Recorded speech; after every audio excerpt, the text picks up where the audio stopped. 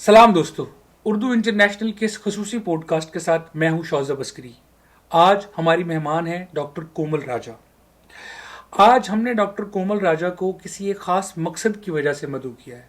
Doctor साहिबा का ताल्लुक हजीरा, पुंछ, पाकिस्तान के ज़ेर इंतज़ाम आज़ाद जम्मू कश्मीर से है और आपकी तहकीक और पीएचडी का मौजू है रोज़मर्रा इंसानी ज़िंदगी और उसकी सियासी तस्वीर कशी आज़ाद Jammu Kashmir.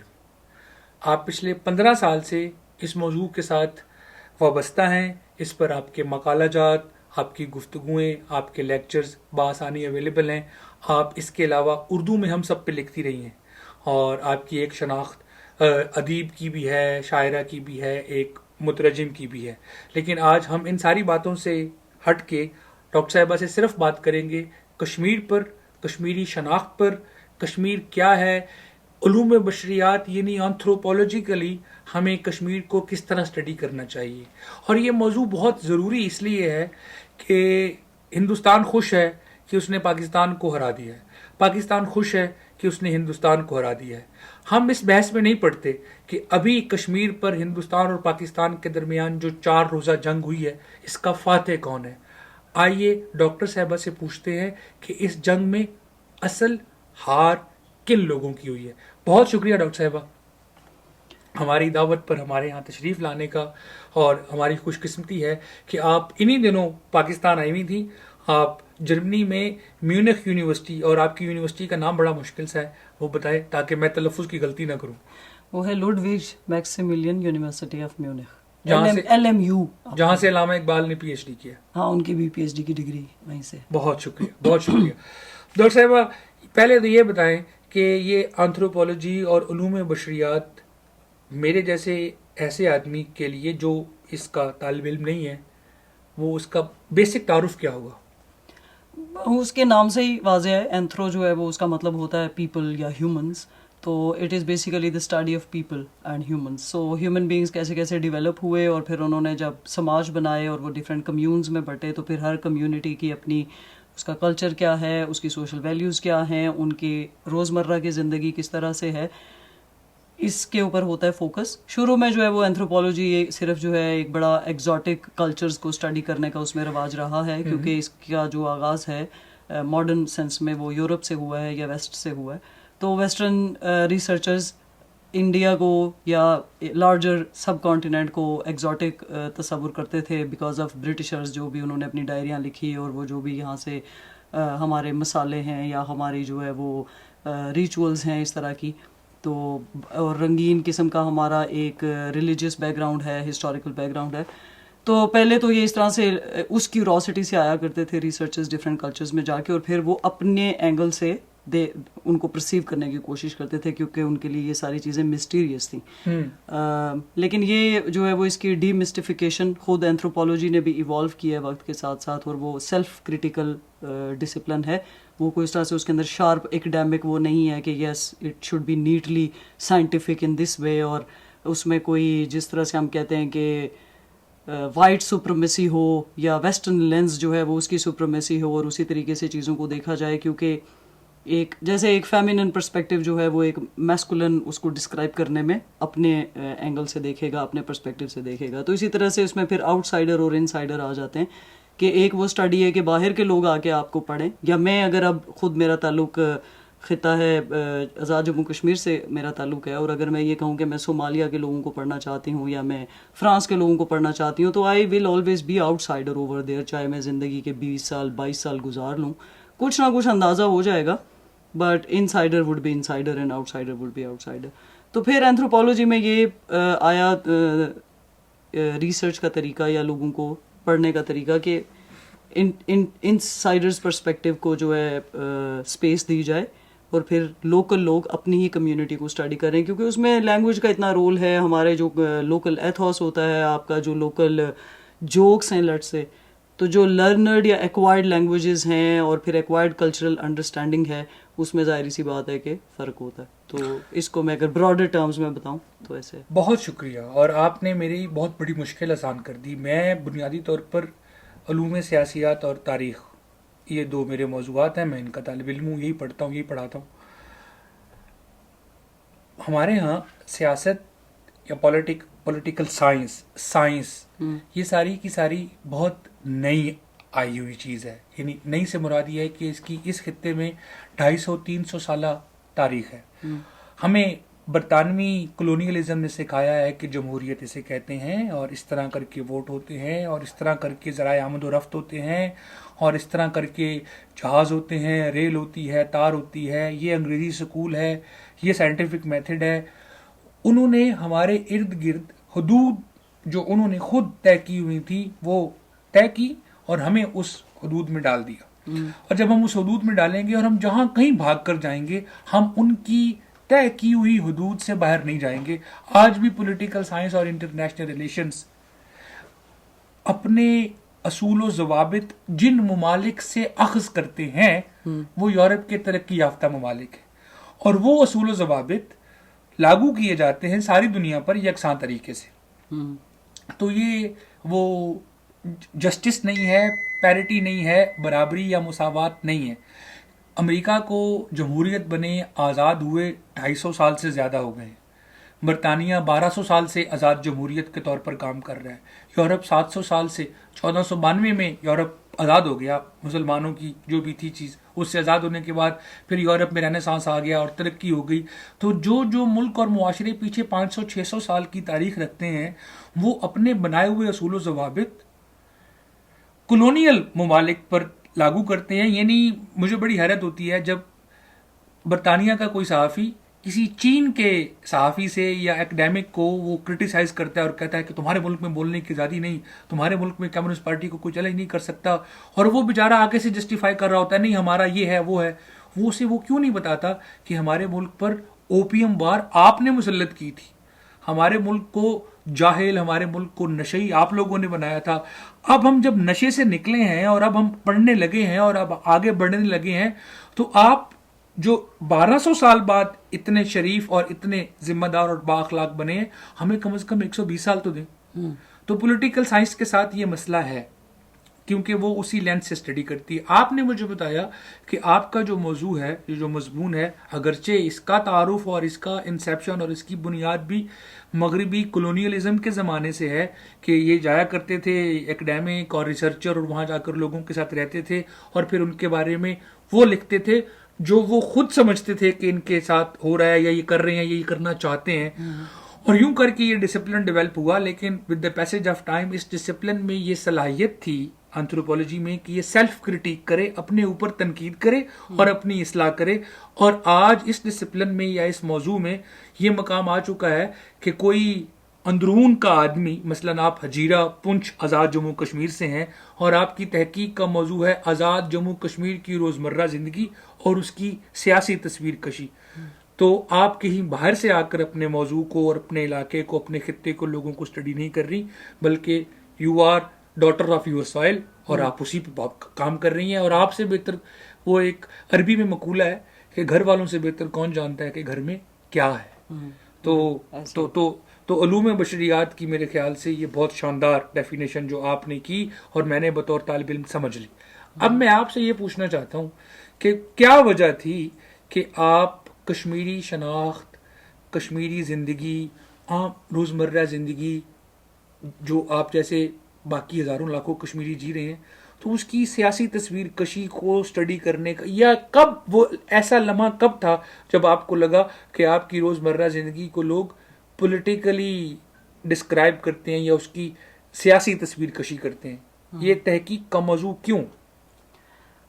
It has a very long history, लेकिन like since my childhood it instigated from कि मैं जिस किस्म की सोशो पोलिटिकल हालात में या रोज़मर्रा के जो हमारे सरकमस्टांसेस थे जिनमें मेरी पैदाइश हुई और उसके बाद जिस तरह का मेरा ब्रॉटअप हुआ, सबसे पहले फैमिली में जिस तरह की बातें हो रही हैं, लेट्स से हमारे यहाँ अगर दूरदर्शन आता था एक टीवी चैनल और एक जो है वो पाकिस्तान टीवी था उस वक्त, तो दोनों के सिग्नल्स आते थे। फिर कभी कभी जब कशीदगी हो जाती थी, सीज़ फायर लाइन उस वक्त उसको कहते थे, या लाइन ऑफ कंट्रोल जो बाद में कहलाई जाती है, तो चैनल्स वगैरह कैसे बंद होते हैं। फिर उस तरह के उस मीडिया पे जैसे ड्रामे दिखाए जाते थे या जिस तरह से खबरनामे में हमारा जिक्र होता था, तो वो एक नॉर्मल पीसफुल खित्ते की तरह का नहीं था. It has something distinct in it related to हमेशा के कहीं जुल्म हो रहा है और उस जुल्म को बचाने के लिए कोई सेवियर्स हैं वहाँ पे,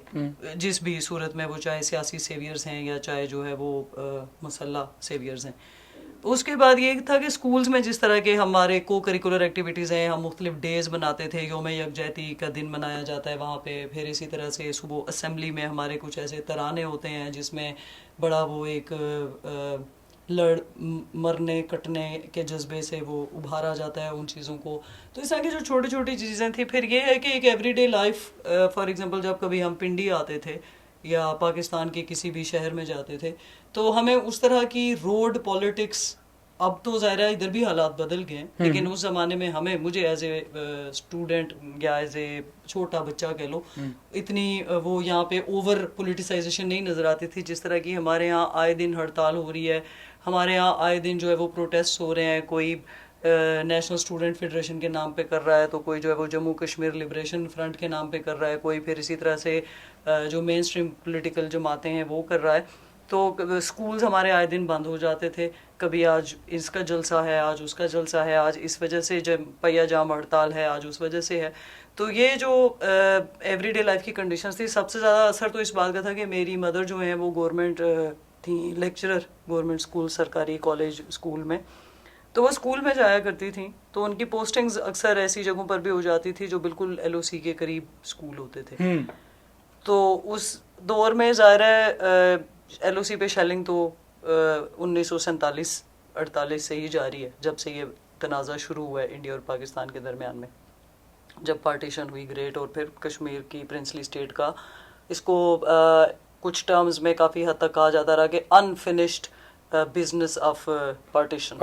हाँ, तो वो जो ये जो अनफिनिश्ड बिजनेस है, उसकी वजह से फिर हमें उस वक्त तो मुझे कुछ नहीं पता भाई पाकिस्तान कौन है, हिंदुस्तान कौन है, ब्रिटिशर्स क्या थे, ये क्या बना है. कि मुझे सिर्फ ये पता था भाई मैं जिस इलाके में रहती हूँ उसका नाम हजीरा है, और हमारे ग्रेटर इलाके को जो है वो कश्मीर कहते हैं, और एक कोई कश्मीर उस तरफ भी है जहाँ पे हम बॉर्डर क्रॉस करके उनसे नहीं मिल सकते. हमारी नानी दादियाँ हमें वो कहानियाँ सुनाती हैं कि हमने जब 47 में माइग्रेशन की थी, टेम्परेरीली वो तो आए थे ये सोच के कि हालात, जैसे इस वक्त मेरी फैमिली वहाँ से टेम्परेरीली मूव होकर इस्लामाबाद में बैठी हुई है, ये सोच के कि 4-5 दिन बाद हालात बेहतर हो जाएंगे, देखते हैं हम वापस चले. तो वो भी बिल्कुल ऐसे ही आए थे, बस अपना 2-2 जोड़े कपड़ों के उठा के और एक बर्तन या जो भी था.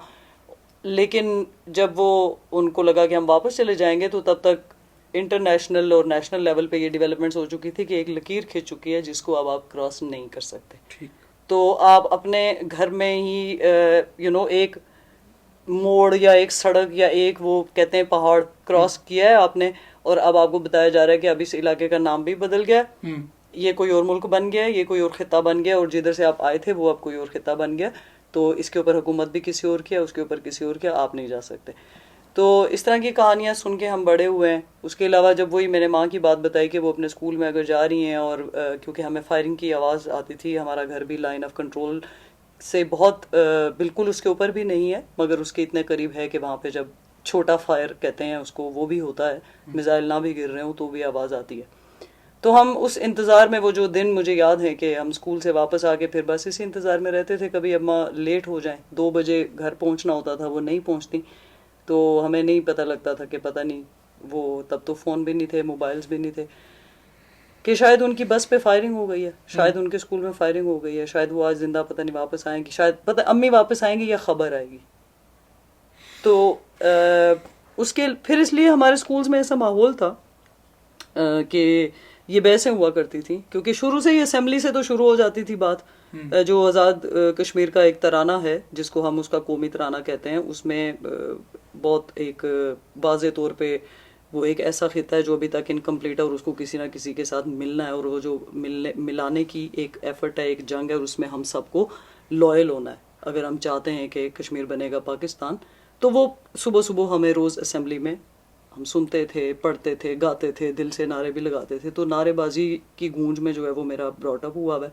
मैं खुद भी बड़ी, फिर जो भी उस वक्त के पॉलिटिकल जमातें थी, ऑर्गेनाइज्ड मूवमेंट थी, क्योंकि एक जज्बा था कुछ करने का. मुझे जाहिर सी बात है नहीं अच्छा लगता था कि हम इंडिया पाकिस्तान का क्रिकेट मैच अगर हो जाता था हम्म तो उसमें, अब आप छोटे बच्चे हैं भाई, आपको क्या पता, उस जमाने में राहुल द्रविड़ होता था उनका वो कैप्टन, तो मुझे बड़ा पसंद था वो, मतलब उसकी परफॉर्मेंस की वजह से भी, और उसका एक जैसी उनकी overall- personality है। हाँ, जैसी उसकी पर्सनालिटी है। So as a cricketer I use to like him, but I was not allowed to like him, क्योंकि वो और फिर टीवी किसी किसी घर में होता था तो पूरा मोहल्ला एक ही जगह बैठ के देख रहा होता, तो टीवी हमारे घर में होता था इसलिए सब हमारे घर में आते थे और वो एंटीना सेट करके मैच चलता था, और उसमें अगर राहुल द्रविड़ के किसी छक्के पे मैंने ताली बजा दी तो I was being criticised as a काफिर, क्योंकि जी वो इंडिया का है, तो हमारी परसेप्शन में इंडिया जो है उसमें सिर्फ हिंदू बसते हैं और हिंदू जो है वो दुश्मन है।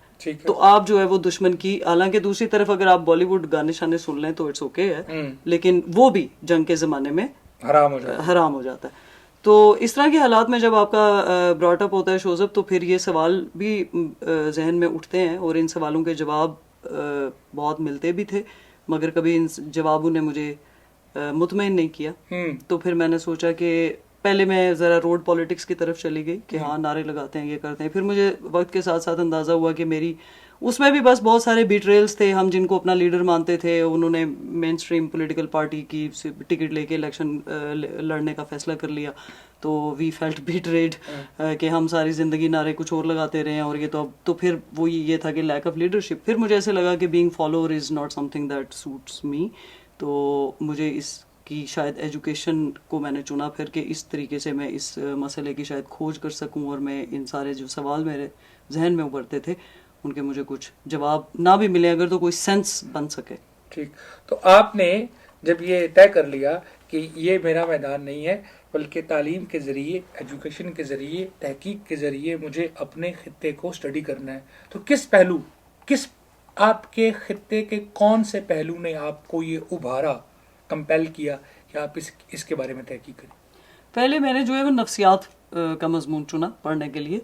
तो नफ्सियात में मुझे वैसे, असल में मेरा मसला सिर्फ कश्मीर और हमारी शनाख्त का नहीं था, मेरे कुछ ज़रा उससे बड़े मसले भी थे कि हम कौन हैं, कहाँ से आए हैं, जो आपके बुनियादी फ़लसफ़े के यूनिवर्सल सवाल होते हैं। वो तो कोई भी अगर थिंक, मतलब वो जस्टिन गॉर्डर कहता है सूफीज वर्ल्ड में कि सूफी अब तुम 9वीं में दाखिल हो गई हो। जस्टिन गॉर्डर एक नॉर्वेजियन राइटर है और उसका एक नावल है सूफीज वर्ल्ड, और वो दुनिया भर में फ़लसफ़े के बुनियादी किताबों में तसव्वुर होता है, वो ज़ाहिर है मैंने भी पढ़ा।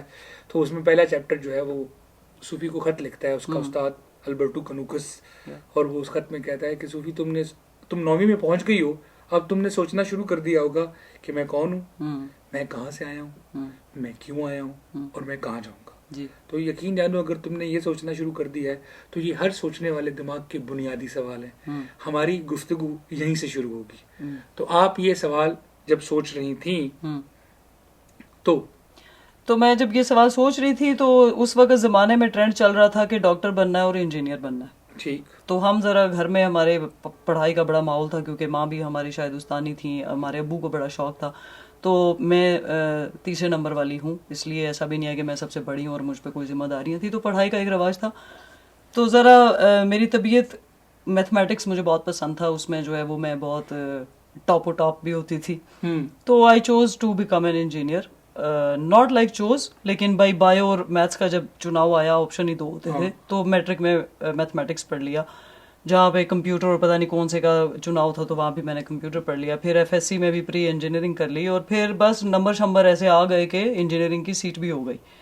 तो फिर मैं इलेक्ट्रिकल इंजीनियरिंग जब करने चली गई, लेकिन दिमाग मेरे में मतलब वो चरखी चल रही है। मैं उस वक्त तक बहुत सारी किताबें भी पढ़ चुकी थी, और किताबें पढ़ने का क्रेडिट मेरे उन उस्तादों को जाता है, वो जो स्कूल में ज़रा थिंकिंग माइंड थे, जो हमें ऐसी सवाल करने पे उभारते थे और कहते थे कि चीज़ों को मिनवान तस्लीम नहीं करना चाहिए, सवाल करना चाहिए। तो बस कुछ किताबों के असर थे, कुछ जो भी मेरी अपनी तबीयत में एक बेचैनी रहा करती थी। तो मुझे ये भी नहीं पता था कि नफ्सियात कोई लफ्ज़ होता है, और अंग्रेज़ी में तो भूल जाएंगे, मुझे पता हो कि जो पी से शुरू होता है उसको साइकोलॉजी कैसे पढ़ सकते हैं। तो और एक्सपोजर भी हमारा कोई पहाड़ों के स्कूलों में ही तो मैं पढ़ी हूँ। फिर मुझे बस एक होता रहता था हर वक्त कि मुझे कुछ ऐसा पढ़ना है जो इंसानी दिमाग से रिलेटेड है, जो इंसानी दिमाग के मुतालिक है। ना मुझे कोई गाइड करने वाला भी नहीं था कि ऐसा भाई कोई मज़ामीन होते हैं इस दुनिया में। फिर बस हमारी बड़ी बहन लाहौर में डॉक्टर बन रही थी, फातिमा जिन्ना मेडिकल कॉलेज में मैं छुट्टियां गुजारने उनके पास गई और वहाँ पे फिर मैंने ज़रा अपनी इंडिपेंडेंट, वहाँ कोई इंटरनेट ऑर्कुट का ज़माना था, वो लोग इस्तेमाल करते थे लैब वैब जाके उसमें कंप्यूटर, तो मुझे पहली मरतबा पता लगा कि ईमेल कोई चीज़ होती है। तो मेरी एक लंबी पर्सनल स्टोरी शुरू हो गई है। नहीं तो एक अंकल थे हमारे, वो बड़े प्रोग्रेसिव थे, उन्होंने जो है कश्मीर में जगह जगह एजुकेशनल मुफ्त स्कूल खोले, तो वो हमारे घर भी आए। वो किताबें पढ़ने के पैसे देते थे स्टूडेंट्स वाह कि आप ये किताब पढ़ें और इस किताब की अगर समरी लिख के देंगे तो आपको महीने के इतने पैसे मिलेंगे। तो वाह, मुझे लगा कि वो अंकल हैं कोई, उनसे मुझे वही राब्ता अंकल करना हैं। चाहिए। हाँ। हाँ, उनको मैंने राब्ता करके बताया कि मैं इंजीनियर तो बन रही हूँ इलेक्ट्रिकल, मगर मुझे उस यूनिवर्सिटी में मेरा दिल भी नहीं लगता और मुझे लगता है कि मेरे सवालों का जवाब उस तालीम में नहीं है, लॉजिक डिज़ाइन में और DLD में और वो जो भी हम उस वक्त पढ़ते थे। तो फिर उन्होंने मुझे कहा कि बेटा why don't you go for sociology and psychology. तो उनकी ईमेल तो मैंने पढ़ ली, मगर साइकोलॉजी तो मेरी ऊपर से गुजर गया कि ये क्या कह रहे हैं, ये क्या इल्म हाँ। होगा। तो बहरहाल कुछ इंटरनेट ने हेल्प की, कुछ जो है वो जो बड़ी बहन लोगों ने सबने रहनुमाई की, और मुझे ये भी नहीं पता था कि मैंने लाहौर में 2 कोई यूनिवर्सिटियां हैं, एक पंजाब यूनिवर्सिटी थी, एक गवर्नमेंट कॉलेज था। आई हैव नो आइडिया ये वो गवर्नमेंट कॉलेज है जहाँ इलामा इकबाल आला तालीम हासिल करने गए थे। उनके एडमिशंस ओपन थे और मैंने नफ्सियात के मजमून में अप्लाई कर दिया और दाखिला हो गया। और खुदा का मैं शुक्र अदा करती हूँ माजरत के साथ जो पंजाबी यूनिवर्सिटी के लोग हैं उनसे कि मैं पहले मेरिट लिस्ट GC की लगी। अगर पंजाब यूनिवर्सिटी की लगती तो मैंने उधर ही चले जाना। हाँ, तो फिर गवर्नमेंट कॉलेज ने बहुत मेरी जो ज़हनी तशकील की। हाँ बिल्कुल, तो मुझे तो गवर्नमेंट कॉलेज में जाके पता चला कि ये वो गवर्नमेंट कॉलेज है और इसकी कोई बड़ी लेगेसी है। तो मतलब मेरे तो इस तरह से अपनी सेल्फ क्यूरोसिटी से कि वो एक्सप्लोरेशंस हैं, I did not go for कि ये बड़ा नाम है और मुझे यहाँ तक पहुँचना है। वो अपने सवाल हैं और उसकी खोज मुझे उठा के कहाँ ले जाएगी, इस तरह से हुआ है। तो फिर गवर्नमेंट कॉलेज में जो है वो मैंने सबसे पहले कश्मीर के लोगों का नफ्सियाती जायजा उसमें किया कि देयर साइकोलॉजिकल कंस्ट्रक्ट। और यहाँ कश्मीर के लोगों से मुराद आपके अपने इलाके सिर्फ मेरा रीजनल फोकस, मैंने उसकी 2 वजूहातें, एक तो ये कि मैं खुद आज़ाद जम्मू कश्मीर की थी और मैं समझना चाह रही थी, दूसरी वजह ये भी थी कि बॉर्डर के हालात और इस मुतनाज़ा होने की वजह से क्रॉस बॉर्डर मोबिलिटी नहीं है, तो मैं दूसरी तरफ से डाटा भी तो कलेक्ट नहीं कर सकती थी। और उस वक्त इतनी सर्वेलेंस थी कि आपके टेलीफोनिक कॉन्टेक्ट तो आप भूल जाएं कि वहाँ पे हो सकते हैं। ये तो जब से सोशल मीडिया का जमाना आया है, ग्लोबलाइजेशन हुई है, तो ये हम लोग ये तो बॉर्डर जो इररिलेवेंट हुए वो तो पूरी दुनिया में हो गए ना वो। हाँ एग्जैक्टली। तो उस वक्त फिर ये एक बहुत हम जितना भी सुनते थे या जितना कोई हमें आइडिया था ये हिंदुस्तानी ज़ेर इंतज़ाम कश्मीर के बारे में, वो न्यूज़ से था या और वो खबरें PTV से आ रही थी या फिर या तरानों से था। वो क्या कहते हैं, तारिक जो एक है नॉवेलिस्ट लिखने वाले बड़े, तारिक इस्माइल सागर जी, उनके नॉवलों के थ्रू जो जिस किस्म का तारुफ था, मैंने भी पढ़े, तो बहुत अच्छे लगते थे एक जमाने में। हाँ मुझे कभी अच्छे नहीं लगे, लेकिन मैंने बहुत ज्यादा पढ़े भी नहीं है। शायद उन्हीं अंकल का शुक्रिया कि वो हमें काम की किताबें दे के। मैं तारिक इस्माइल सागर जब पढ़ा तो फिर सारा पढ़ा अव्वल तक आखिर पूरा। अच्छा, अब वो अभी भी लिखते हैं, लेकिन अब जाहिर है मैं उनको नहीं पढ़ता, लेकिन मैं एक जमाने में उनके आगाज से लेकर अंजाम तक सारे नावल पढ़े थे। भारत के फिरौन, शिवसेना के दहशतगर्द, और कहानियां सिलसिलेवार होती थी ए हमीद की, तो पाकिस्तान के जासूस इंडिया जा रहे हैं, कश्मीर जा रहे हैं, वो बड़ी इंटरेस्टिंग एक पूरी तखयलाती दुनिया थी। हाँ, हमारे यहाँ भी अक्सर स्कूल्स में आया करती थी पाकिस्तान से टीमें प्ले करने वाली, ड्रामा, स्टेज ड्रामा करने के लिए। तो उसमें हमेशा अक्सर उनके ड्रामों की जो उन्वान होते थे वो वादी की पुकार है, और वो कश्मीर वादी ललाब, कैलाश एक ड्रामा लगता था, अंगार वादी एक ड्रामा लगता था। तो हमारा पास एक मीडिया एक्सपोजर था परली तरफ से, और तो कोई इन्फॉर्मेशन का जरिया था नहीं। हाँ, उन लोगों का था जिनकी फैमिलीज डिवाइड हो चुकी थी। हमारी जो फैमिलीज डिवाइड हुई हमारे बड़ों की, उनके कभी राब्ते ही नहीं हो सके और उनको कोई पता नहीं था कि वो जिंदा है या वो कहाँ। हाँ बिल्कुल ऐसे ही है।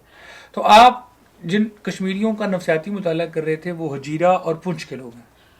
उसमें मैंने जो है क्योंकि वो मेरी MPhil लेवल की रिसर्च थी, तो एक तो कुछ एकेडमिक वो भी लवाजमात बस पूरे करने थे, और मैं खुद भी इतनी ज़्यादा मैच्योर उस टाइम पे नहीं थी, तो मैंने तब भी क्वालिटेटिव रिसर्च की थी, जिसमें फिर जो है मैंने कुछ फोकस ग्रुप डिस्कशंस की थी। उसमें तकरीबन आज़ाद जम्मू कश्मीर की 3 डिवीजन्स में ये डिवाइडेड है, मुजफ्फराबाद डिवीजन, पूंछ डिवीजन और मीरपुर डिवीजन।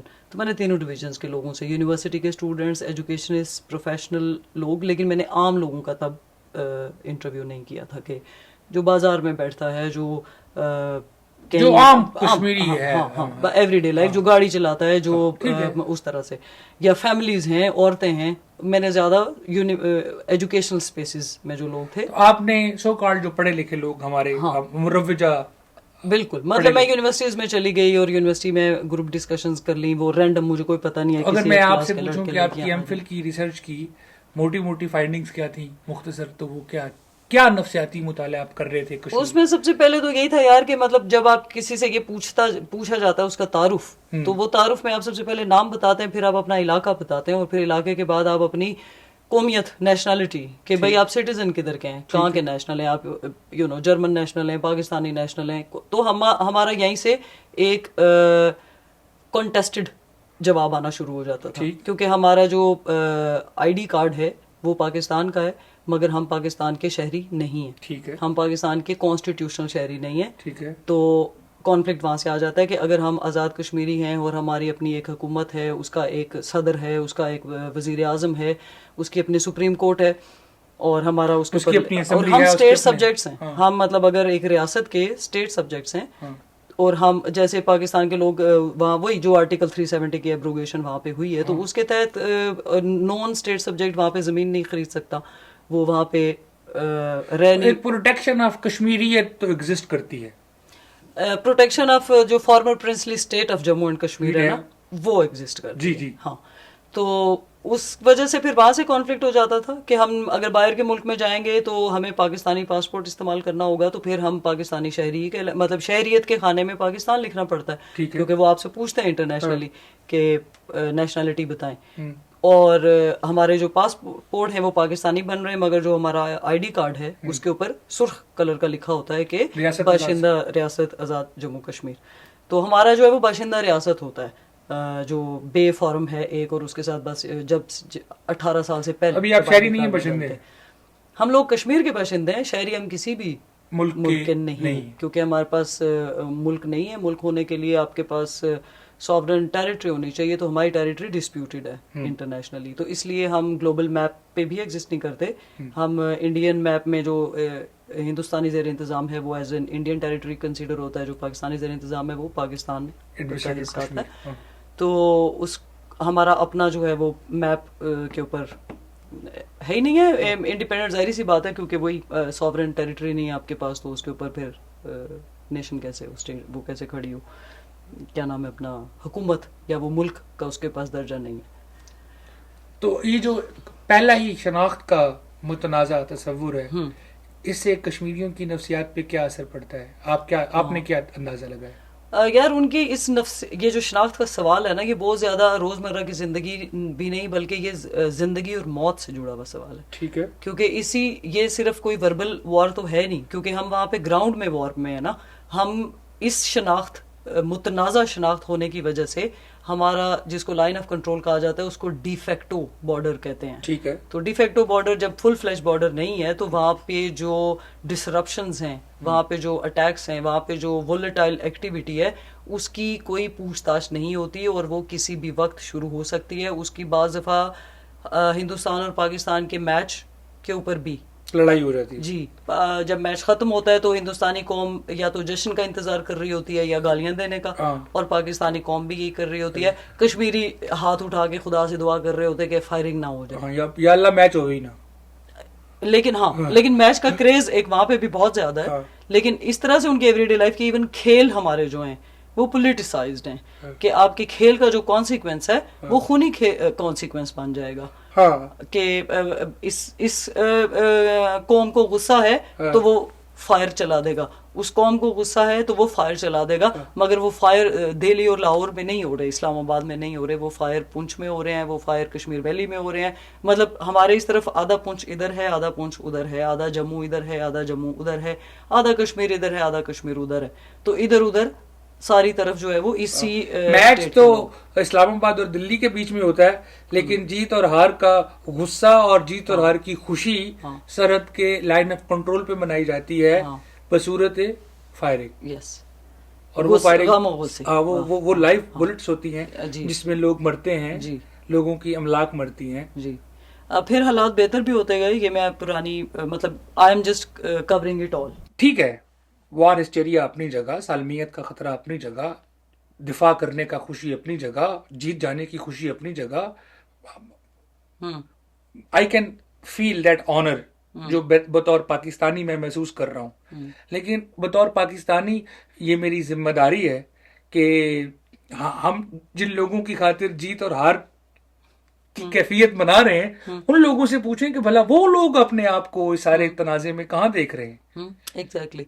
तो जो अंडर रिप्रेजेंटेशन है ना, वो हर फील्ड में है, वो चाहे पॉलिटिक्स है, वो चाहे इस किस्म की जो है वो इंटरनेशनल एडवांसमेंट्स हैं, वो चाहे आपकी रोजमर्रा की जिंदगी है। मतलब अगर हम कॉन्स्टिट्यूशनल सिटीजन नहीं हैं तो हम जो है वो मेन स्ट्रीम पोलिटिकल सिस्टम का Process का पार्ट हिस्सा, नहीं, हाँ। हम इलेक्टोरल प्रोसेस का हिस्सा नहीं है, कौमी असेंबली का हिस्सा नहीं है। कश्मीर की जो सीटें हैं कुछ, वो उनके ऊपर एक और तरह से महाजरीन रेफ्यूजी सीट करके उसकी एक और पॉलिटिक्स है, और उसमें हमेशा वही लोग होते हैं जो कि पाकिस्तान की टेरिटरी में सेटल हुए हुए हैं और जो उनका रेफ्यूजी स्टेटस है, जिनका ये नहीं है। फॉर एग्जांपल कराची में जो लोग कश्मीर से माइग्रेट होके आए हुए हैं और वो कश्मीरी हैं, तो वो फिर रेफ्यूजी सीट्स का एक कोटा है वहाँ पे।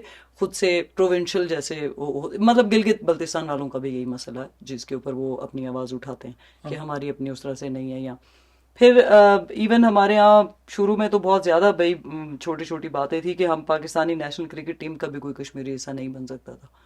अब वो खेल है, अगर एक बंदा काबिल भी है, अब जो है वो शायद उसके जो ये शुरू हुई है लोकल लीग्स, इसके अंदर हैं खिलाड़ी जो हैं वो, क्योंकि इसमें तो फिर सारे ही हैं, पेशावर के भी हैं, इधर के भी हैं, उधर के भी हैं, ऑस्ट्रेलिया के भी हैं, वेस्ट इंडीज के भी हैं। हाँ, तो इसमें कश्मीर उन्होंने का क्यों नहीं हो सकता? एग्जैक्टली, तो इसमें जगह हो गई।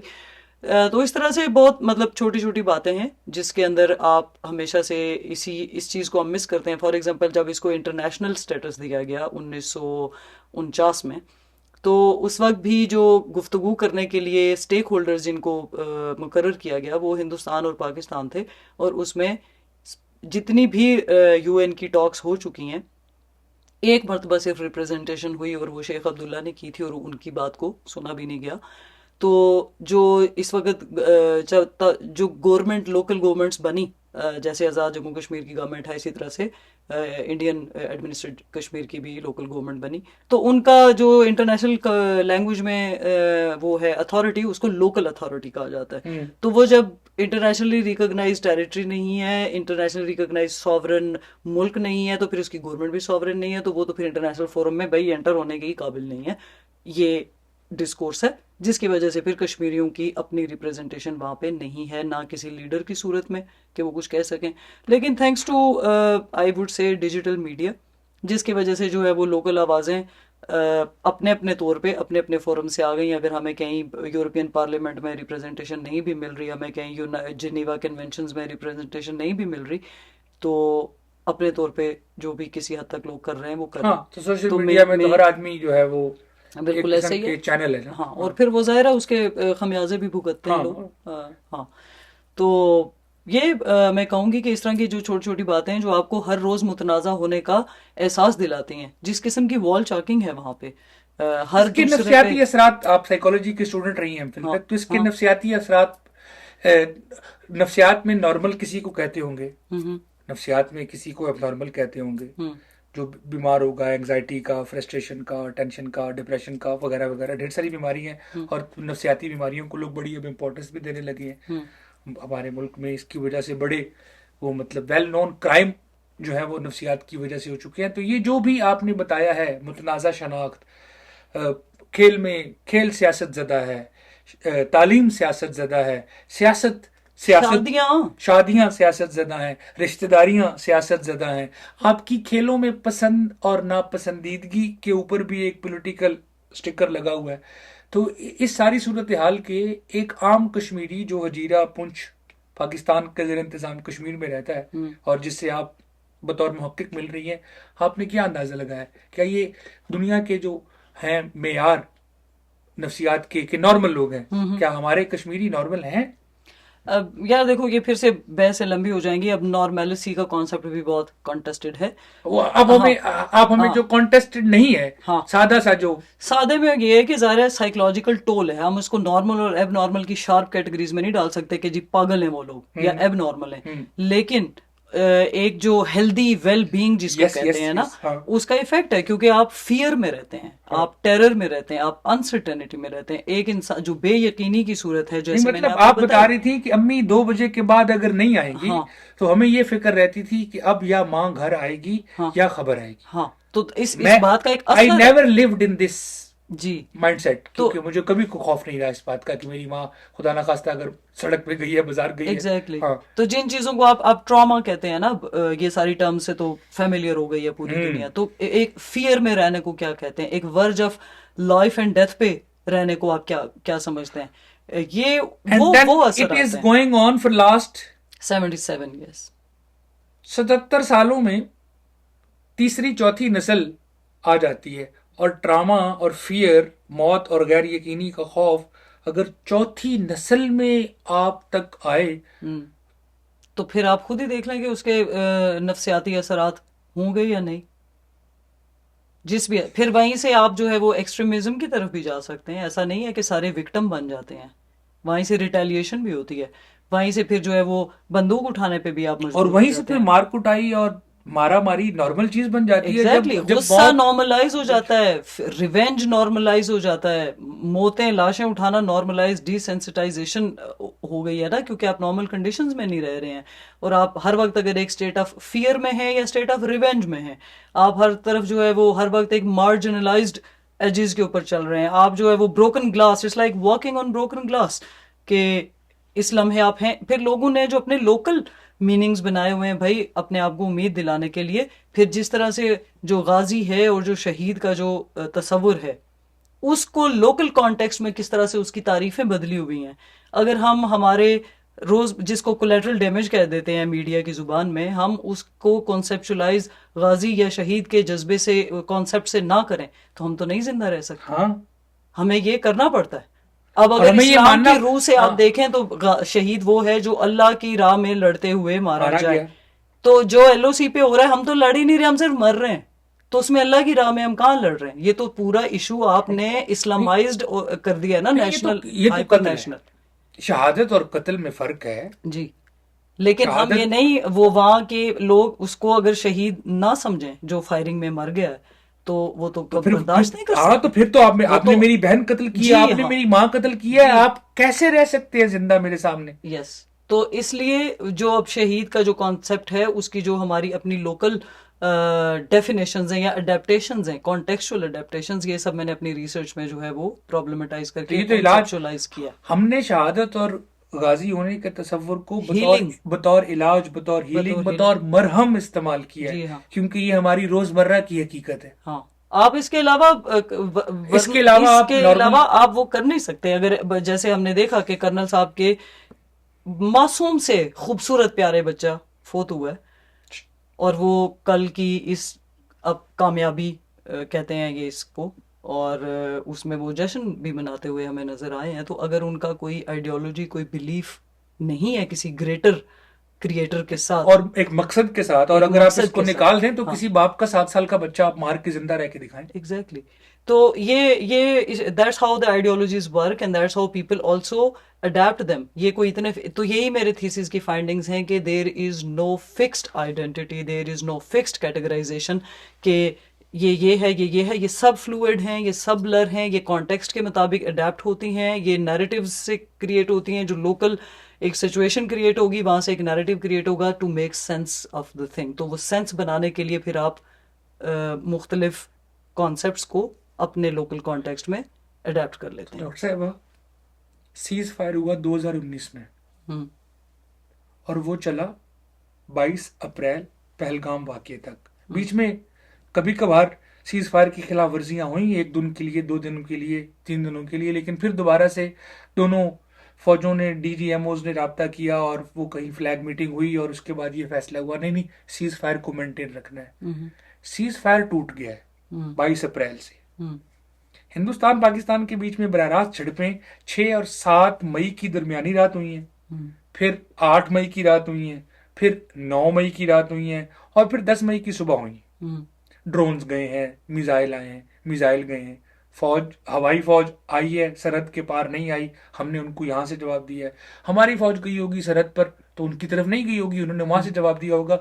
जो कुछ भी हिंदुस्तान पाकिस्तान के बीच में हुआ है 6-7 मई के बाद से लेकर और 10 मई शाम 5 बजे खत्म।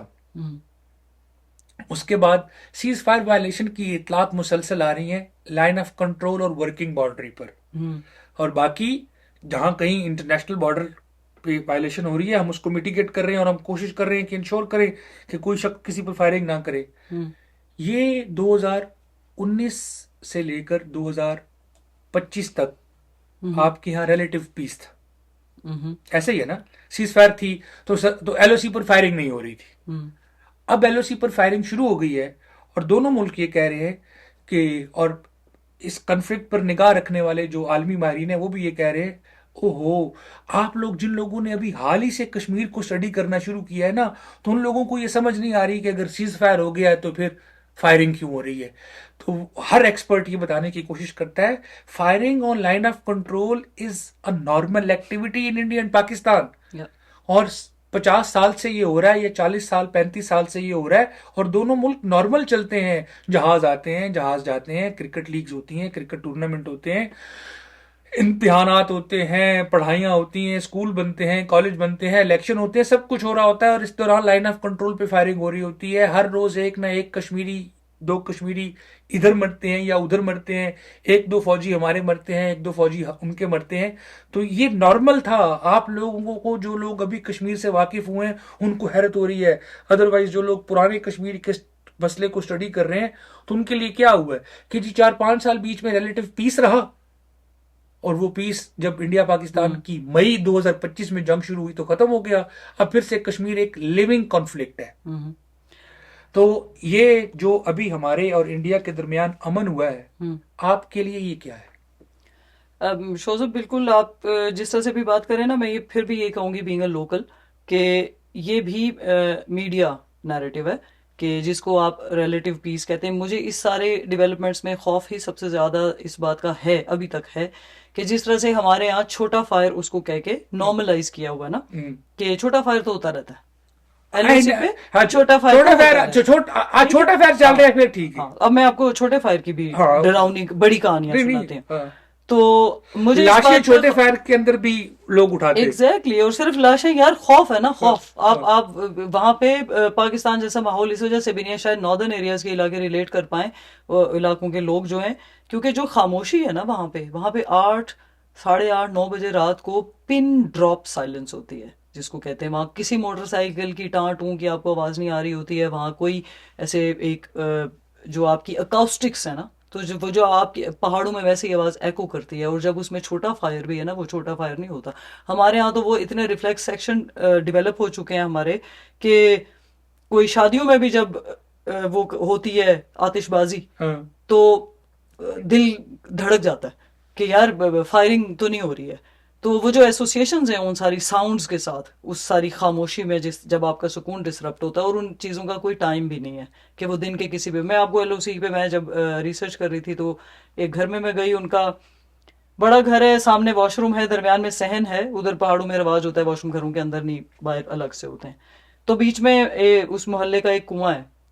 अब कुआं जो है वो पूरा छलनी है गोलियों से। और ये 2018-19 की बात कर रही हूँ मैं आपके साथ, एब्रोगेशन ऑफ आर्टिकल 370 से पहले की। ठीक। तो ये भी एक मिथ है कि उससे पहले वहां पे सीज फायर, एब्रोगेशन या वायलेशन नहीं हो रही थी। हर वक्त हो रही होती है। अगर हमने रिलेटिव पीस कोई देखा है नहीं, तो वो मुशर्रफ का दौर था। नहीं, हमारे यहाँ रिलेटिव पीस कहा जाता है ये 2019 370 के बाद सीज फायर हुआ है ना, जो अभी। हाँ, जो अभी हाँ, लेकिन उसके बाद भी जहरी सी बात है कि वहां से बीच में फायरिंग तो होती रहती है, ऐसे ही होती लेकिन अभी जो एक मुसलसल 3-4-5 साल के बाद सीज फायर के बाद जो भी तनाजा शुरू हुआ है, अब ये तनाजा खत्म नहीं हुआ कश्मीरियों के लिए। लेकिन हमारे लिए सीज फायर भी नहीं हुआ। नहीं हुआ बिल्कुल ना, वैसे मैं ही यही है। आपसे कहना। और फिर ये जो उसकी जवाब एक्सपर्ट्स देते हैं, क्योंकि एक्सपर्ट बाय डेफिनेशन चलते हैं और वो अपनी जगह बिल्कुल ठीक है कि भाई इंटरनेशनल बाउंड्री का ये मतलब होता है, सील्ड बॉर्डर का ये मतलब है, और वर्किंग बॉर्डर डिफरेंट है, और डिफेक्टिव बॉर्डर है वो, क्योंकि लाइन ऑफ कंट्रोल है वो। तो आपने जब उसको सीज फायर से हटा के रिकॉग्नाइज्ड बॉर्डर ये है, कंटेस्टेड बॉर्डर ये है, रिकॉग्नाइज्ड बॉर्डर के प्रोटोकॉल्स ये हैं, कंटेस्टेड बॉर्डर के प्रोटोकॉल्स ये हैं। This is all human created phenomena, this is all constructions, there is no, ये कोई एसेंशियल यूनिवर्सल लॉज नहीं है जो हम कायनात में जब आए हैं और ऐसी चीजों को साथ लेके आए हैं। ये आपने खुद ही बनाई हुई हैं ये सारी चीजें। भाई जो इंसान है वो तो एक ही जैसा है, जो खून है वो तो एक ही जैसा है। अब अगर आप इस वक्त हम स्टेट ऑफ इमरजेंसी में हैं, यहाँ किसी ईसाई को खून चाहिए और वो इनकार कर दे मुसलमान का खून मैंने नहीं लगवाना, इट डजेंट मेक सेंस। हाँ तो उस तरह से अगर आप बात करें तो फिर वर्किंग बाउंड्री वो क्यों उसको बना, भाई कश्मीरी तो नहीं पैदा हुए थे ये कह के इस ठप्पे के साथ कि हमने ऐसे रहना है कि जो हमारी तो हमेशा वर्किंग बाउंड्री ले रहेगी क्योंकि हम उस कैटेगरी में पैदा हुए हुए हैं। ऐसे नहीं है, ये सारी ह्यूमन क्रिएटेड चीज है ना। कलोनियल प्रोजेक्ट था state of Jammu and Kashmir भी, फिर वही वो पार्टीशन का एक अनफिनिश्ड बिजनेस है। और लेकिन यार अनफिनिश्ड बिजनेस 77 सालों में दुनिया कहाँ से कहाँ चली गई है। टेक्नोलॉजी एडवांसमेंट्स देख लें आप, अपनी न्यूरो साइंस के एडवांसमेंट्स देख लें, जेनेटिकल लेवल पे देख लें, पॉलिटिकल लेवल, ग्लोबलाइज हो गई दुनिया। कोविड आया, आपने एक ऐलान पे पूरी दुनिया बंद हो जाती है, एयर स्पेस से लेके आप मतलब स्टेट आपकी पर्सनल लाइफ में घुस गई है। स्टेट आपको बताएगी एक बंदे से अपने भाई से कितनी दूरी पे बैठना है, स्टेट विल टेल यू किस बंदे से हाथ मिलाना है नहीं मिलाना है, कितनी दिन बाहर जाना है, किस रेस्टोरेंट से खाना खाना है, कौन सी वैक्सीन लगवा के ये आप कर सकते हैं, कहाँ सफर करना है कहाँ नहीं करना। State is dictating you about your personal life, party करनी है नहीं करनी, ग्रुप बनाना है नहीं बनाना। तो ये सारी कंस्ट्रक्टेड चीजें हमें, मैं तो जब से पैदा हुई हूँ मैंने इसको देखा ना। मैंने तो कभी कश्मीर प्री 47 वाला तो नहीं देखा, ना ही प्री 1857 वाला तो देखा है। कश्मीर में यकम जनवरी 1949 रुका हुआ है। हाँ, कश्मीर में जंग तो खैर 1947 के ही इख्तिताम पे शुरू हो गई थी, 1948 के शुरू लेकिन में। ये जो सीज और फायर लाइन हाँ है, सीज फायर लाइन है, हाँ उसको उसके ऊपर 1972 में जो शिमला अग्रीमेंट होता है जिसमें इसको इंटरनेशनल इशू से हटा के बायलैटरल इशू ये कर देते हैं और उस पर साइन किए हुए हैं दोनों हाँ, मुल्कों ने।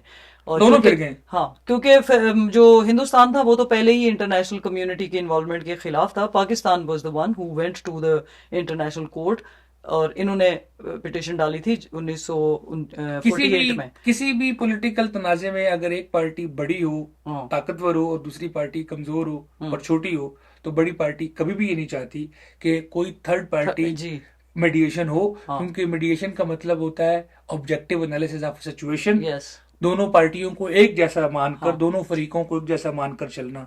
तो हिंदुस्तान चूंकि नेचुरली एक बड़ा मुल्क और एक बड़ी ताकत है, हम्म और वो कहते हैं कि जब हम ताकत हैं, ताकत बजाते खुद एक फलसफा है और वो इन्फोर्स करती है, अपनी बात मनवाती है, तो हम अपनी बात क्यों ना मनवाएं पाकिस्तान से।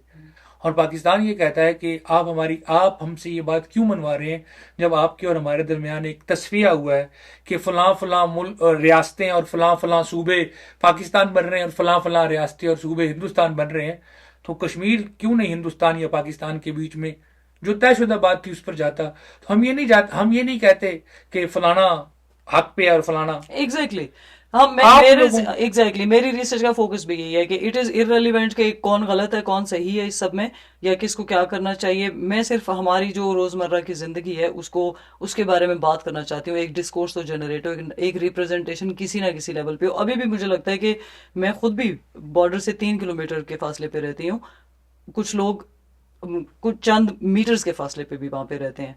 तो शायद मैं उनकी कहानी भी सही तरीके से बयान ना कर सकूं, अगर वो सुने वो कहें कि नहीं इसने ये वाली बातें तो मिस की हैं। मैं आपको ये बात बताऊं कि जो वॉयलेशन इस तरह से, वो मैं कुएं की बात बता रही थी कि जो गोलियों से छलनी है, वहां पे कुछ इलाके हमारे ऐसे हैं जहाँ पे इंडियन पोस्ट को ये टेरिटोरियल एडवांटेज हासिल है कि वो ऊंचे हैं, ठीक है, और ये हमारे गांव और नीचे। आबादियां नीचे हैं और हमारी पोस्टें भी वहां पे नीचे हैं। तो जाहिर है ऊपर से टारगेट करना आसान होता है। तो वो औरतें मुझे ये बता रही थी, जाहिर है वो उनको गालियां भी दे रही थी कि वो इस बात पे नजर रखते हैं कि हम जब पानी भरने जाते हैं तो वो कुएं पे फार्मर अपने शुगल, शुगर में फार्मर थे। हाँ वो जब बोर होते हैं हाँ, दोनों साइड के फौजी, वो तो भी हाँ। चलो यार एक दो फायर करके शुगल देखते हैं, लोग भागेंगे कैसे अभी यहाँ पे, कैसे वो अपने घड़े छोड़ के औरतें जो है वो भाग जाएंगे। भाग जाएंगी और किसी का दुपट्टा कहाँ रह जाएगा और किसी का बच्चा कहाँ। वो ये कहती है कि हमें तो मतलब यार it's like living every day in that kind of fear. कि अब वो कह रही है कि बेटा मेरा वॉशरूम में गया है छोटा सा 7-8 साल का, और मैं इधर हूँ और फायरिंग शुरू हो गई है, हाँ, और अब हमारी जान इस बात पे निकली हुई है कि ना वो वहां से इधर आ सकता है ना हम उधर, क्योंकि हमारे सहन में गोलियां लग रही हैं। तो ये वो छोटा फायर है जिसकी मैं कहानी आपको सुना रही हूँ, जो ना किसी खबर में आता है, जिसके बारे में कोई बात नहीं करता, जो बाजुकात हम 3 किलोमीटर के फासले तक भी नहीं पहुंचता, जब तक आप उन गाँव में जाते नहीं हैं और उन लोगों से बात नहीं करते। मैं इस तरह के बहुत सारे गाँव में जाके रही, मेरे अपने कुछ रिश्तेदार हैं, कुछ जरे जानने वाले हैं, और वैसे भी हम सब उधर एक ही बिरादरी बन जाते हैं जब थोड़ा इंट्रोडक्शन हो जाए कि अच्छा वो फलाने की बेटी हैं, फलाने की ये हैं। तो वो अब हमारी कजन दूर पार की लगती हैं, उनके घर में जो उनकी शीशे, वो अलमारी है बर्तनों की, उसमें ऐसे सुराख हुए हैं, और हो रही है क्रॉस फायर या वो बाहर जा रही है, हम डरते हैं। मैं वहां गई भी थी, मैं डर रही हूँ क्योंकि वो बेरी लाइट है, कोई इधर से जा रही है, कोई उधर से, आवाज नहीं आ रही, वो इस तरह से है।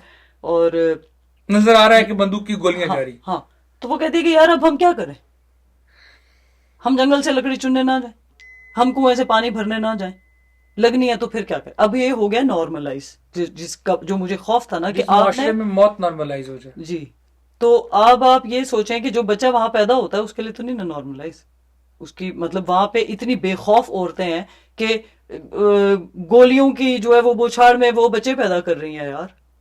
उनको नहीं है कि मैं इस अपने बच्चे को उठा के इस्लामाबाद शिफ्ट हो जाए, कैसे शिफ्ट हो जाए, रिसोर्सेज नहीं है। आपने रात गुजारी है भी हम्म। जंग ये के दौरान, आपका फोन है।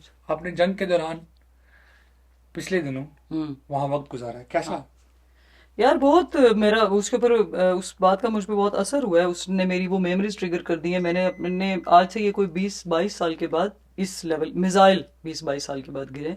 वही छोटा फायर तो नॉर्मलाइज हो गया ना, खौफ मुझे यही है कि मिसाइल भी नॉर्मलाइज ना हो जाए अब, क्योंकि अब जो है जब से ये पीस सीज फायर अग्रीमेंट हुआ भी है इंडिया और पाकिस्तान के बीच में, उसके बाद जो एब्रोगेशन हुई हैं एलओसी पे, वो मिसाइल की सूरत में हुई है, वो छोटे फायर की सूरत में नहीं हुई है। तो अब अगर आप मिसाइल को नॉर्मलाइज कर देंगे और उस पे भी वो रोजमर्रा की खबर बन जाएगी, हाँ यार वो तो होता रहता है। जैसे मैं अब इस्लामाबाद में गुफ्तगू कर रही हूँ और बहुत कंसर्न हूँ, और वहां पे यार नहीं हुआ सीज फायर, यार उधर भी तो अभी तक चल रही है, यार फिर एलओसी पे तो रहेगा ना।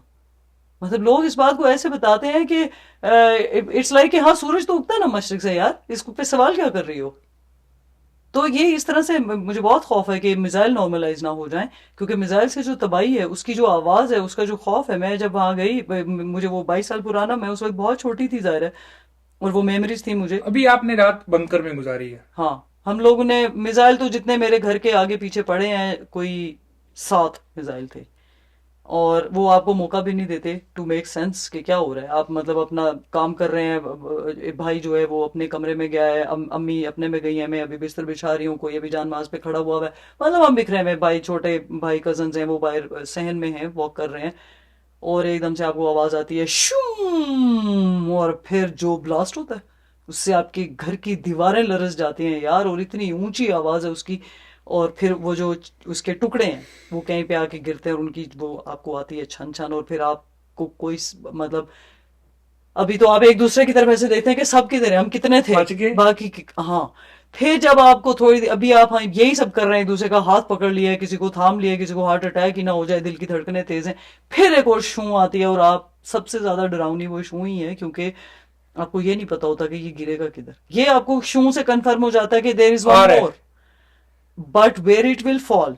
और फिर इस दफा जो ये सब कुछ टेक्नोलॉजिकली भी हो गया है एडवांस, तो इसका मोबिलिटी आपकी मूवमेंट के साथ, क्योंकि वो डिटेक्शन है मूवमेंट के साथ, वो लाइट के साथ, मोबाइल की रोशनी है ये, वो एकदम से आपने बत्तियां बंद करनी है सारे घर की, और अंधेरे में फिर आपने टकरे मारनी है कि कहाँ जाएं किधर ना जाएं, पूरे हुए हैं कि नहीं हुए हैं, टटोल के देखना है अम्मी किधर है, छोटा भाई किधर है, बड़ा भाई किधर है।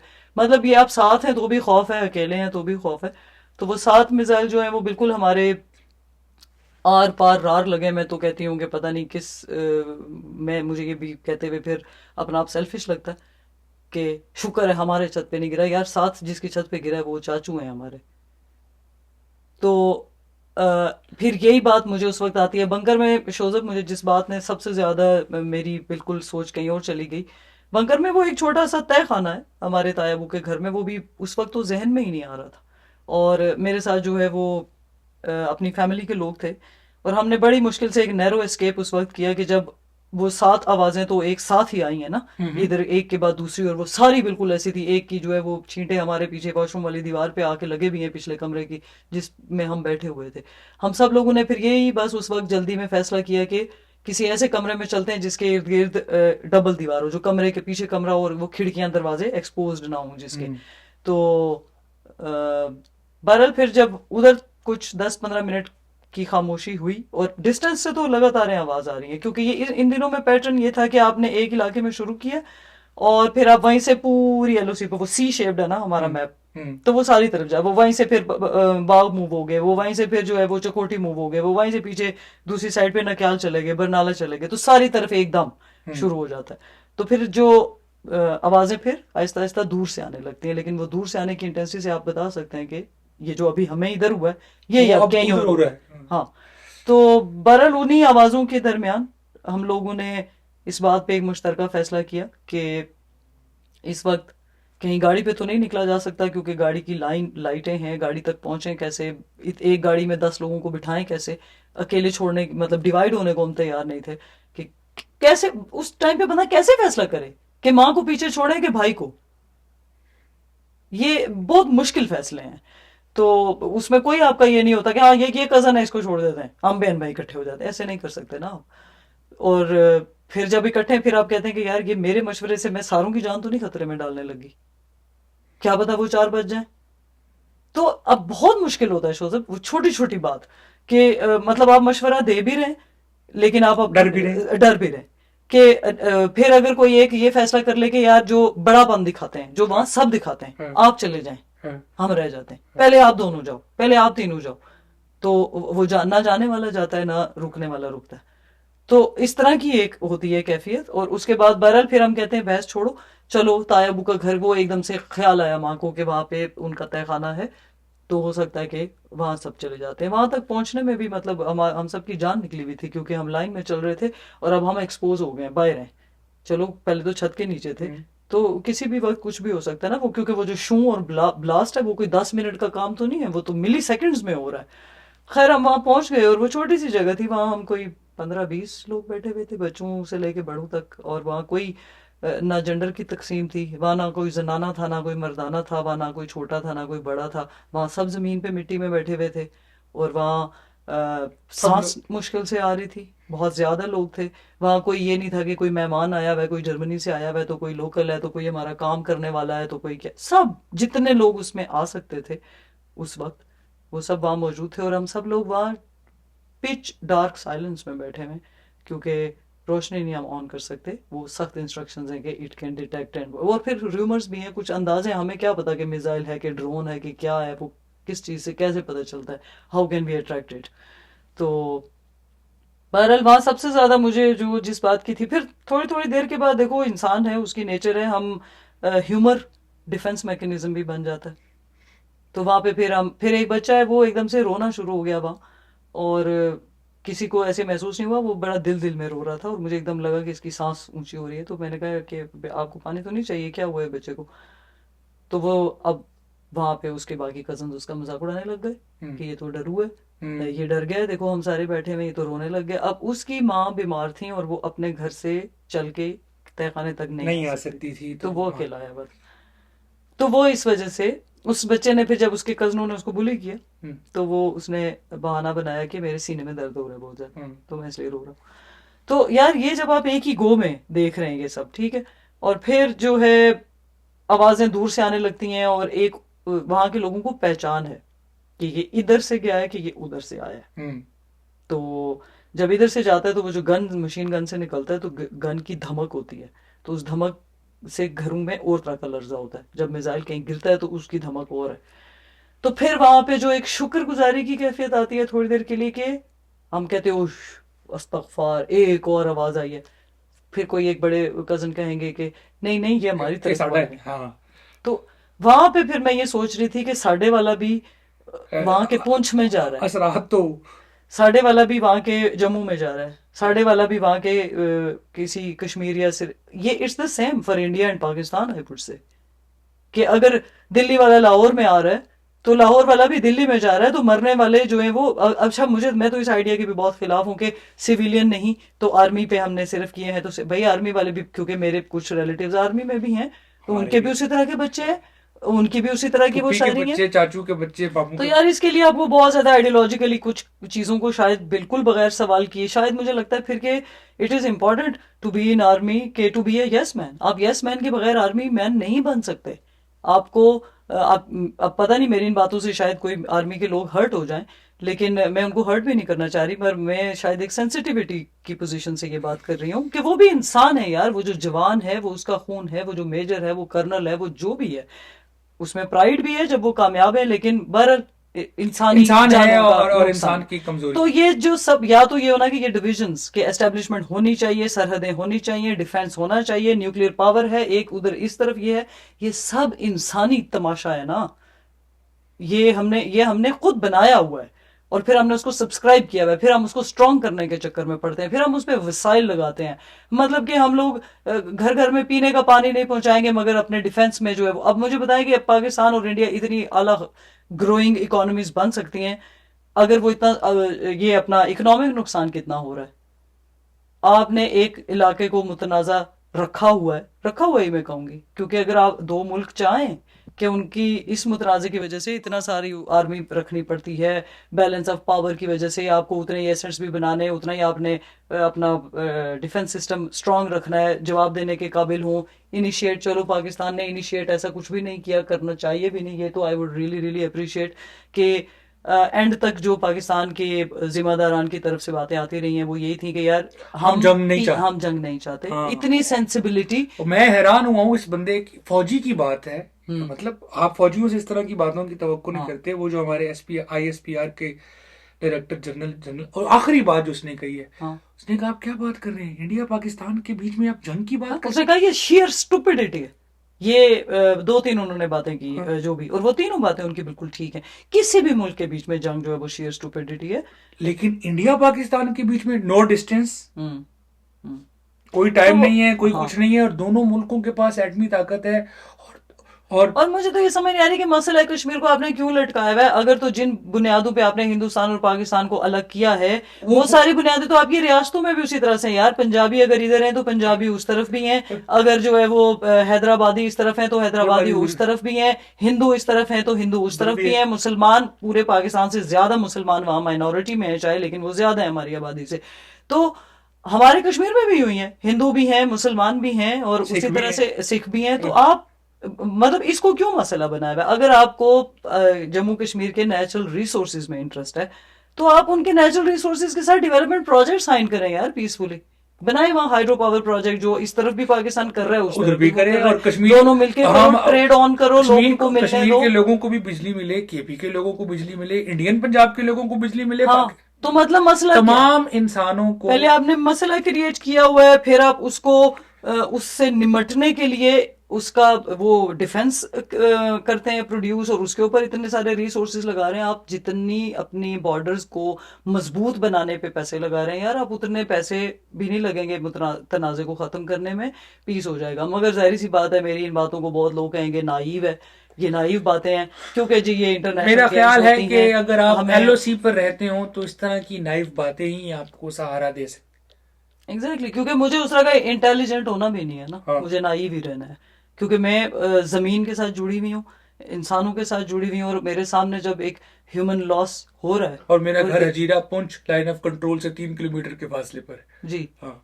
तो जहाँ पे हम बड़े होते हैं गोलों की आवाजें सुनते हुए, तो इट्स हम जब यहाँ आने रिकॉर्डिंग के लिए आ रहे थे तो रास्ते में हम इंडिया के प्राइम मिनिस्टर मोदी की तकरीर सुन रहे थे। मुझे तो उनकी बातों से जरा भर भी ये उम्मीद नहीं हुई कि वो ये जंग खत्म करना चाहते हैं या उन्हें इस तनाज़े से कोई प्रॉब्लम है। मुझे तो उनकी टोन, उनके अंदाज, सीधी बात है, मैं इस वक्त बिल्कुल ना पाकिस्तानी ना हिंदुस्तानी किसी टैग के साथ नहीं, एक आम इंसान, मैं उनकी बातें सुन रहा था और मैं सोच रहा था कि इस आदमी से खैर की तवक्को नहीं। मैं कहती हूँ कोई इंसान जो इतनी रिस्पॉन्सिबल पोजीशन पे है, वो आखिर उस पोजीशन तक पहुंचा भी है। मोदी इंटेलिजेंट इंसान भी हो सकता जाहिर है, मतलब उस आप सेंस में, जाहिर है हाँ। वो एक सोचने वाला आदमी भी है, वो सारा करने कुछ है, वो वाला, इस पोजीशन पे है हाँ। यार, इतनी बड़ी आबादी का वो बिल्कुल। हुक्मरान है, हाँ। उसको चुना है लोगों ने, हाँ। उसके ऊपर बहुत ज्यादा जिम्मेदारी है, वो एक वन मैन शो नहीं हो सकता। मगर डॉक्टर साहब, मैं आपसे एक और बात करना चाहता हूँ। एक मोदी साहब कि उन्होंने ये बात, जो उनकी बातें सुनी, आप हम हजारों लाखों करोड़ों लोगों, अरबों लोगों ने सुनी होगी ना आज उनकी तकरीर, तो वो तो जो मैंने महसूस किया वो हर किसी ने महसूस किया होगा कि इस आदमी की बात में अमन की बात नहीं है। एक इंटरेस्टिंग बात मैंने कल नोट किया, उनका नाम है बंदे का राणा बैनर्जी, हम्म। और वो रिसर्च एंड एनालिसिस विंग यानी रॉ के सेक्रेटरी रिटायर्ड हैं। हम्म। और उनका जो डेस्क था वो पाकिस्तान आर्मी था, और उनकी किताब का नाम है द पाकिस्तान आर्मी। और जिन लोगों पर उन्होंने फोकस करके स्टडी किया है वो जनरल्स ऑफ पाकिस्तान आर्मी। तो मैं तो एक तो अपने नाजरीन को बताना चाहता हूँ कि भाई वो आप ढूंढ के सुने, वायर पर पड़ा हुआ है। आप भी हैरान होंगे कि वो किस तरह हमारे जर्नैलों के वालिद वालदा, खानदान, रिश्तेदार, स्कूल, कॉलेज, दोस्त, सब लोगों को उनको पता है हम्म। क्या कारोबार था, क्या था। आखिरी सवाल करण थापर उनसे पूछता है कि मैं आपसे एक सवाल पूछना चाहता हूं, irrespective of circumstances and conditions,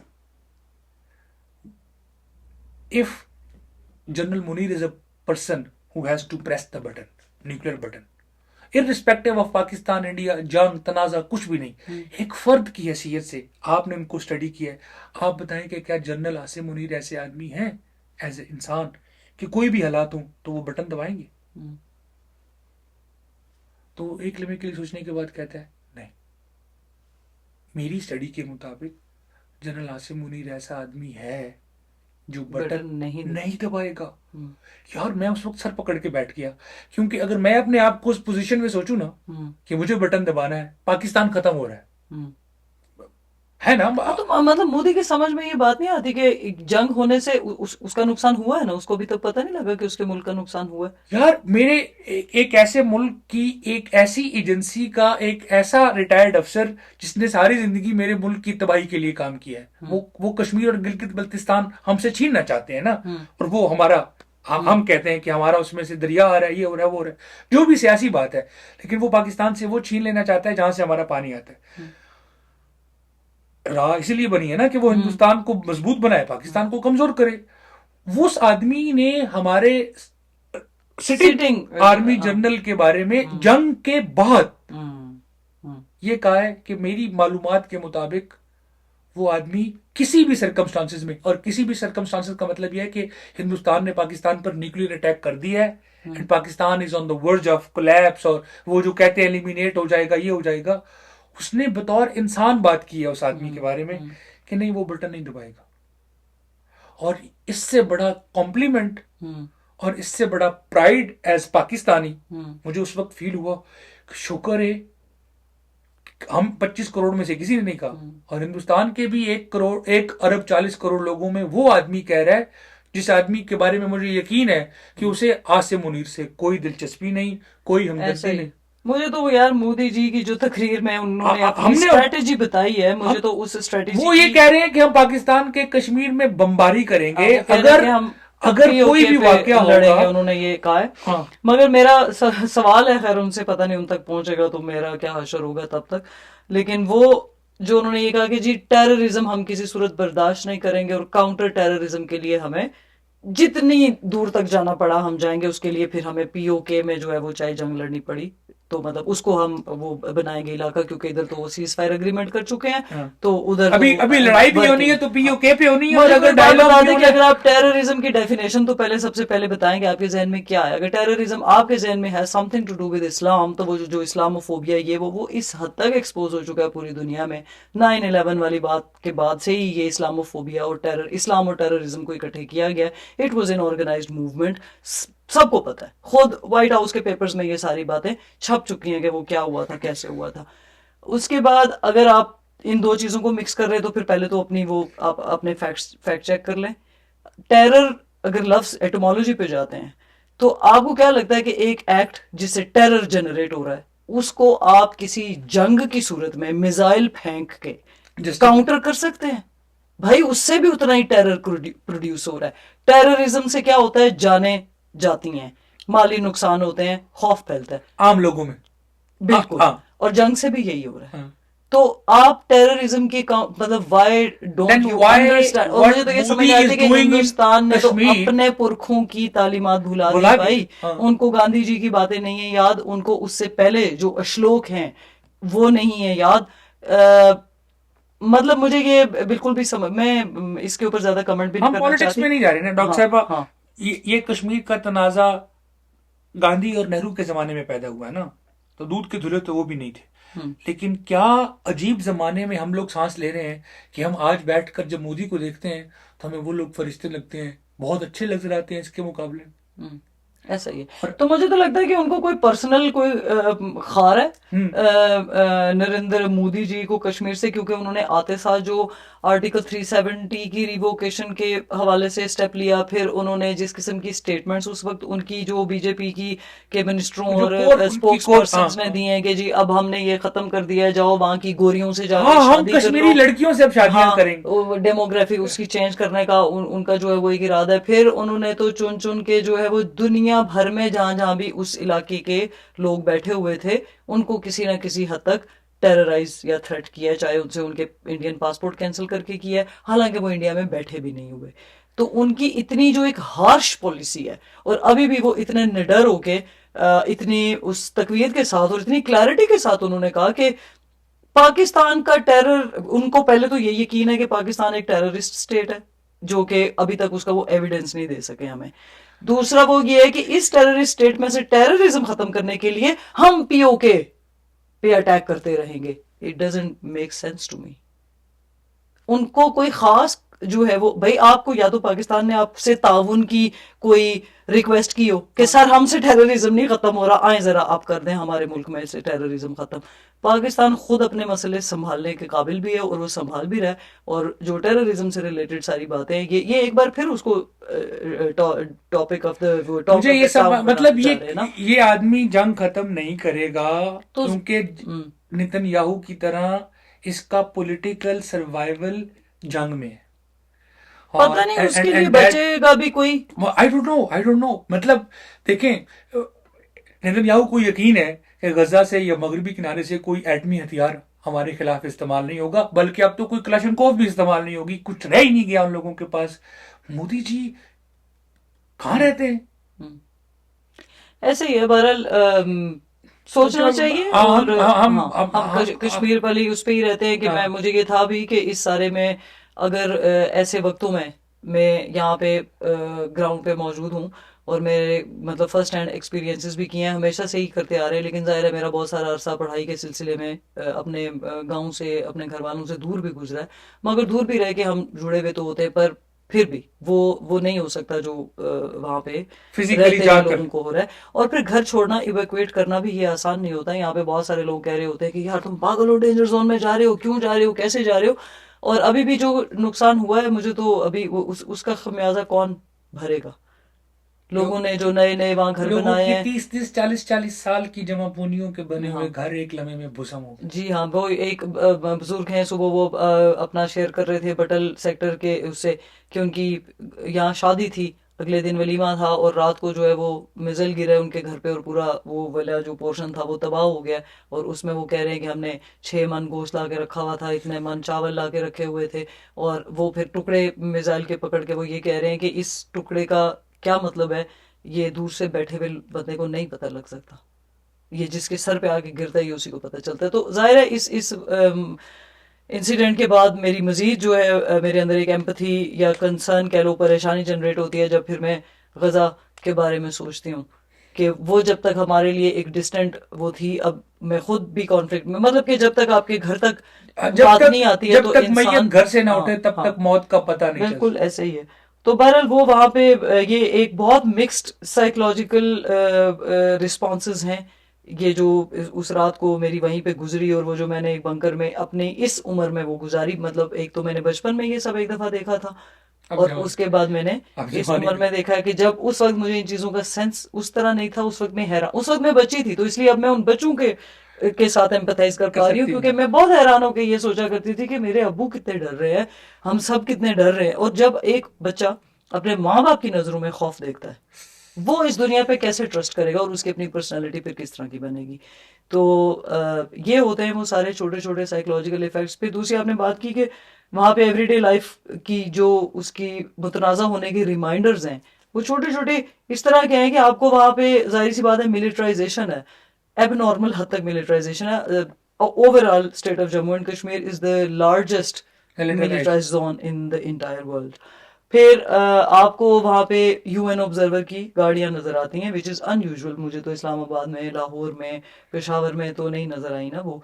तो अब ये नहीं है कि वो क्यों नहीं आई है, ये क्या है, मतलब वो देख के सवाल उठते हैं हाँ कि ये क्या है, ब्लू झंडे वाली गाड़ी हाँ। हमेशा प्रोटोकॉल से तो दो ये गाड़ियां यहाँ क्यों एटलीस्ट है और चलती बाकी जगह हैं। क्यों ये नहीं? हाँ एग्जैक्टली, तो ये वो मेरे उस उम्र के हिसाब से सवाल थे which led me to this greater time जो मैंने गुजारा है इस सारी उसमें, and I still am doing. और पता नहीं इसका जो है वो कितना एक अफेक्टिव हो ना हो, लेकिन मुझे बस ये है कि शायद it gives sense meaning to my my life, कि अच्छा ठीक है, मुझे एटलीस्ट इसके बारे में बात करनी चाहिए, जो मुझे महसूस हुआ है कि जो बिल्कुल जो ठीक, बातें बहुत होनी अच्छा। चाहिए थी वो अगर मेरी एक्सपेक्टेशन है कि किसी और ने नहीं की, तो वाई डोंट मैं हाँ खुद करना बिल्कुल शुरू कर दूं। ठीक है। तो हमारे देखने वाले हिंदुस्तान के और पाकिस्तान के दोस्तों, झड़प हुई, जंग हुई, जो भी इसका आप नाम रखें, हमारे लिए और आपके लिए वो खत्म हो गई। लेकिन बदकिस्मती से जिन लोगों के लिए हम सो कॉल्ड कश्मीर के लिए वो भी लड़ रहे हैं और हम भी लड़ रहे हैं, वो लोग तो पिछले 77 ईयर से जंग में थे, जंग में हैं। और अब की बार जिस जंग का आगाज हमने किया है, वो जंग तो उससे कहीं ज़्यादा खतरनाक और खौफनाक है जो वो पहले देख रहे थे। तो जीत और हार के दरमियान कश्मीरी क्या महसूस कर रहे हैं, इसको भी ज़रूर सोचिए। शुक्रिया।